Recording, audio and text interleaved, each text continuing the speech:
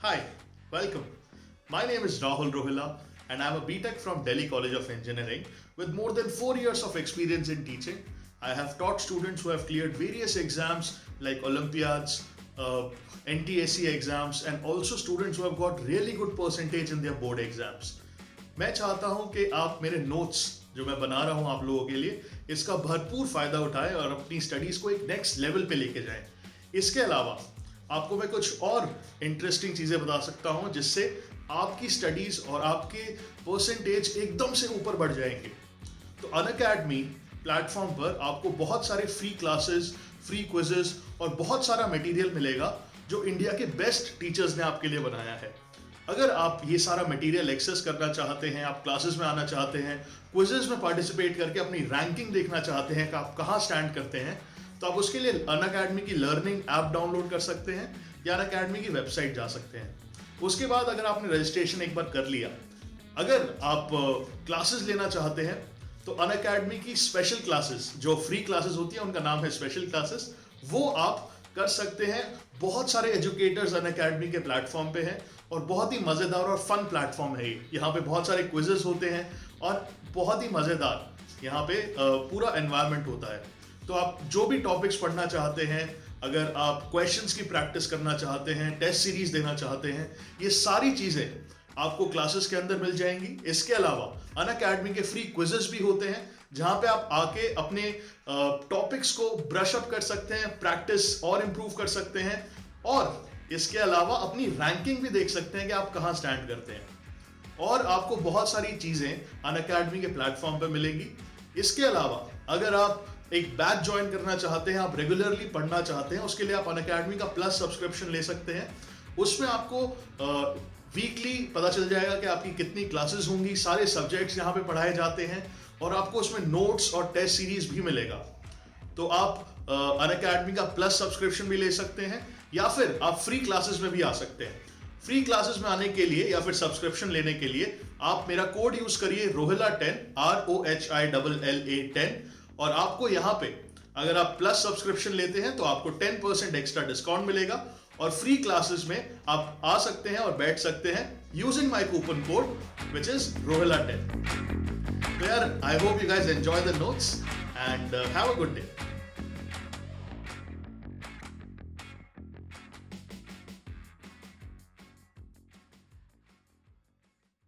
हाय guys, welcome welcome welcome. आज यार एक नया चैप्टर करने वाले हैं जिसका नाम है triangles. Are you guys ready? तो शुरू करते हैं यार। Triangles, let's start. तो सबसे पहले when I start off with this chapter, triangles में सबसे पहली चीज जो हम डिस्कस करेंगे वो है कॉन्ग्रुएंसी। क्या होती है कॉन्ग्रुएंसी? What is this? ये तो पहली बार सुन रहे हैं यार हम। अरे कॉन्ग्रुएंसी तो बहुत सिंपल है। जुड़वा भाई देखे हैं, है ना? जुड़वा भाई को हम कॉन्ग्रुएंट भाई भी बोल सकते हैं। ठीक है? दो पक्षी देखे एक जैसे, दो कबूतर या फिर दो कौवे बिल्कुल एक जैसे नहीं दिखते, सेम साइज, सेम रंग, है ना? बोलते भी सेम है, तो वो क्या हो गए? कॉन्ग्रुएंट कौवे हो गए, है ना? चलो मजाक अलग से। कॉन्ग्रुएंसी बेसिकली क्या कहती है कि अगर मान लो मेरे पास दो फिगर्स हैं, अगर मैं उनको बोलूं कॉन्ग्रुएंट, तो भाई वो एक दूसरे की क्या होंगी? डिट्टो कॉपी होंगी। डिट्टो कॉपी होंगी, ठीक है? उनका शेप एकदम सेम होगा, साइज एकदम सेम होगा, सब कुछ सेम होगा। ठीक है? समझ आ गया कॉन्ग्रुएंसी? और ट्रायंगल्स में इसका क्या मतलब है? ट्रायंगल्स में इसका मतलब बेसिकली ये है कि दो ट्रायंगल्स अगर कॉन्ग्रुएंट होंगे तो उनका शेप, उनका साइज एकदम से सेम होगा।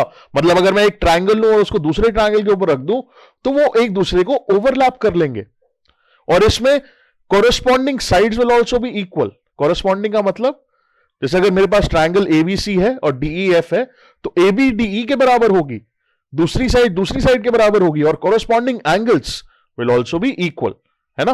तो एबी बराबर हो गई डीई के, एसी बराबर हो गया डीएफ के एंड बीसी बराबर हो गया ईएफ के। एंगल ए एंगल डी के बराबर हो गया, एंगल बी एंगल ई के और एंगल सी एंगल एफ के। तो आपको बस ये बात ध्यान में रखनी है। इसका मतलब है कि कॉन्ग्रुएंसी ऑफ ट्रायंगल्स में ऐसे प्रॉपर्टी शो होगी अगर ट्रायंगल्स कॉन्ग्रुएंट है तो corresponding sides will be equal, corresponding angles will be equal. ठीक है?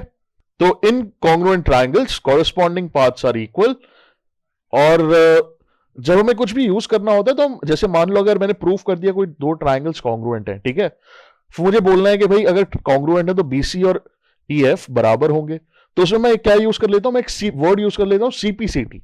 सीपीसीटी का मतलब क्या होता है, corresponding parts of congruent triangles. तो ये जब भी क्वेश्चन करो ना सीपीसीटी यूज कर लिया करो, ठीक है, अच्छा लगता है। चलो आगे चलते हैं। अब यार अगर मुझे प्रूफ करने हैं कि भाई दो ट्राइंगल्स कॉन्ग्रुएंट हैं, तो मैं कैसे प्रूफ करूंगा, how will I prove this? तो उसकी कुछ क्राइटेरियाज होते हैं। तो सबसे पहला क्राइटेरिया जो हम पढ़ेंगे दैट इज एसएएस क्राइटेरिया। अब एसएएस क्राइटेरिया का मतलब क्या है, मान लो मेरे पास दो ट्राइंगल्स हैं एबीसी एंड डीईएफ, ठीक है, मुझे प्रूफ करना है कि भाई वो कॉन्ग्रुएंट है और मुझे गिवन होगा कुछ। तो मान लो गिवन है कि भाई A B is equal to D, B C is equal to E F और angle B is equal to angle E. तो मैं एसएएस क्राइटेरिया से बोल सकता हूं कि triangle ABC is congruent with triangle DEF. तो यहां पे दो साइड्स इक्वल होती हैं और उनके बीच में जो एंगल होगा वो भी इक्वल होगा, तब आप एसएएस क्राइटेरिया लगा सकते हो।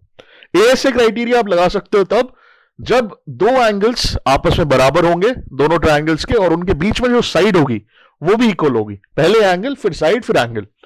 तो यहां पे मान लो कि एंगल ए एंगल डी के बराबर है, फिर ए सी डीएफ के बराबर है, और फिर एंगल सी एंगल एफ के बराबर है। तो फिर मैं बोल सकता हूं कि दोनों ट्राइंगल्स क्या होंगे, दे विल बी कॉन्ग्रुएंट। जो हमारा नेक्स्ट क्राइटेरिया जाता है that is AAS criteria, angle angle side. पहला एंगल फिर दूसरा एंगल फिर एक साइड। तो मान लो मेरे पास दो ट्राइंगल्स है, ट्राइंगल एबीसी एंड डीईएफ, ठीक है। यहां पे मैंने क्या किया, मान लो आपको गिवन है कि एंगल ए और एंगल डी बराबर है, फिर एंगल बी और एंगल ई भी बराबर है, और फिर आपको बोल दिया कि भाई बी सी ई एफ के बराबर है। तो अगर आपको ये कॉन्फ़िगरेशन गिवन है तो आप डबल ए एस क्राइटेरिया लगा सकते हैं और आप बोल सकते हैं कि दोनों ट्राइंगल्स क्या होंगे, कॉन्ग्रुएंट। चौथा क्राइटेरिया है एस एस एस क्राइटेरिया, मतलब साइड साइड साइड क्राइटेरिया। मतलब मान लो एक साइड दूसरे साइड के बराबर है ना, और ऐसे सारी साइड्स बराबर, मतलब ए बी मान लो डीई के बराबर गिवन है, बीसी ईएफ के बराबर गिवन है, और एसी डीएफ के बराबर गिवन है। तो अगर आपको ये कॉन्फ़िगरेशन मिलती है तो आप यहां से बोल सकते हैं कि दोनों ट्राइंगल्स क्या होंगे, they will be congruent by S S S criteria. Simple. पांचवा क्राइटेरिया यहां पे है आरएचएस क्राइटेरिया। तो भाई आरएचएस क्राइटेरिया क्या है, आर का मतलब है राइट एंगल, एच का मतलब है हाइपोटेनस, और एस से साइड। तो यार ये क्राइटेरिया सिर्फ राइट एंगल ट्राइंगल्स में यूज होता है, और इसमें अगर मेरे पास दो राइट एंगल ट्राइंगल है, ठीक है, और मुझे प्रूफ करना है कि भाई वो कॉन्ग्रुएंट है कि नहीं है, तो मैं कैसे प्रूफ करूंगा। अब देखो दोनों के अंदर राइट एंगल तो है ही, है ना, तो हमारा राइट एंगल का आर तो हो गया। अगर हमें यह भी गिवन है कि भाई उनका हाइपोटेनस इक्वल है, ठीक है, मतलब A C is equal to D F, तो एच से हाइपोटेनस हो गया, और कोई भी एक साइड भी इक्वल है, मान लो अगर ए बी डी के बराबर है या फिर बी सी ई एफ के बराबर है, तो यहां पर मैं आरएचएस क्राइटेरिया लगा के बोल सकता हूं कि दोनों राइट एंगल ट्राइंगल्स क्या होंगे, दे विल बी कॉन्ग्रुएंट। समझ आ गया, है ना, सिंपल। चलो आगे चले। So I think this is pretty simple. 5 criterias है ना, S S S, S A S, A S A, फिर A S and R H S. इसमें बच्चों को कंफ्यूजन भी हो जाता है कि यार सर ए एस एस भी कोई क्राइटेरिया है, तो याद रखना ए एस एस कोई क्राइटेरिया नहीं है, ठीक है, डोंट गेट कंफ्यूज्ड। फिर बात आती है the next thing that we talk about is classification of triangles. किस किस प्रकार के भिन्न भिन्न प्रकार के ट्राइंगल्स होते हैं। We see a lot of triangles in geometry. अगर आप कोई भी पुराने आर्किटेक्चर को देखोगे तो वहां पे भी आपको बहुत सारे ट्राइंगल्स दिखेंगे, beautiful geometry. And the different types of triangles are, सबसे पहला इक्विलेटरल ट्राइंगल, है ना। इक्विलेटरल ट्राइंगल में सारे साइड्स इक्वल होते हैं, मोस्ट सिमेट्रिकल ट्राइंगल, सारे साइड्स बराबर होते हैं और हर एंगल कितना होगा, 60 डिग्रीज का होगा, है ना। फिर आ जाता है अपना आइसोसेलेस ट्राइंगल। इसमें क्या होता है कि दो साइड्स तो इक्वल होती ही है और दो एंगल्स भी इक्वल होते हैं, ठीक है। मतलब जो दो साइड्स हैं उसके अलोंग जो दो एंगल्स हैं वो भी बराबर होंगे। स्केलिन में भाई सब कुछ अलग अलग होता है। Scalene triangle is a triangle in which all the 3 sides are unequal. फिर आता है हमारा एक्यूट एंगल ट्रायंगल। इसमें बेसिकली जो सारे एंगल्स होते हैं ट्रायंगल के अंदर वो लेस देन 90 डिग्री होते हैं, है ना। फिर आ जाता है राइट एंगल ट्रायंगल, जिसमें भाई एक ट्रायंगल जिसमें एक एंगल 90 डिग्री का होता है।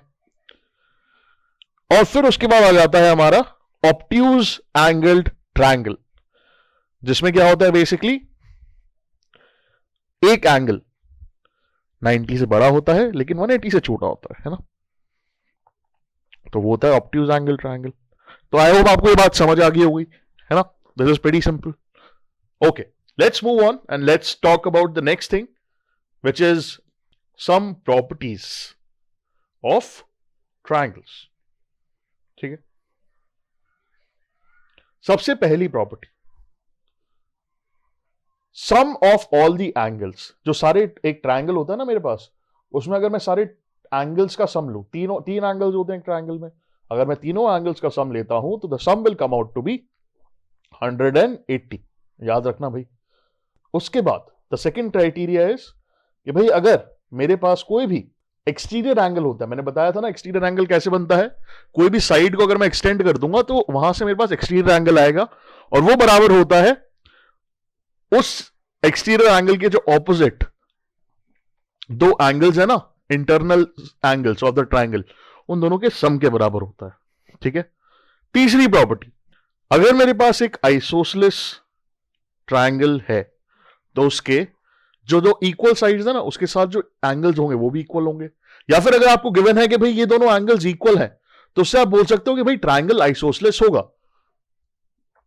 तो अगर ट्रायंगल आइसोसेलेस है तो एंगल इक्वल होंगे, और अगर एंगल्स इक्वल हैं तो ट्रायंगल आइसोसेलेस होगा। ठीक है। अगली प्रॉपर्टी, हाँ, तो अगली प्रॉपर्टी भी आपको यही बोल रही है। ठीक है, the side opposite to equal angles of a triangle are equal, है ना। सिंपल, समझ आ गया, क्लियर है। ओके, चलो भाई फिर आगे चलते हैं। This is clear, let's move on to the next part. Okay, the next part is basically inequality relation. अब यार ये चीज वैसे तो आपके सिलेबस से बाहर है, सीबीएसई ने इसको हटा दिया था, मैं फिर भी आपको बता देता हूं क्योंकि बहुत ही सिंपल सी बात है और शायद आपने पढ़ा भी हो, और एक्स्ट्रा नॉलेज अगर आपको चाहिए तो आप देख सकते हैं, है ना। आई वुड रिकमेंड देख लो, है ना, 2 मिनट में कुछ नहीं जाता।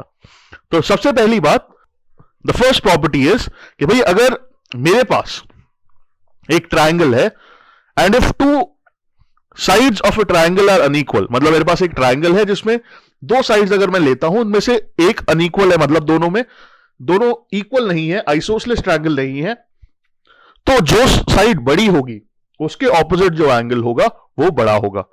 तो अगर AC बड़ी है AB से, तो AC के ऑपोजिट कौन सा एंगल है, एंगल B, तो एंगल B बड़ा होगा एंगल C से।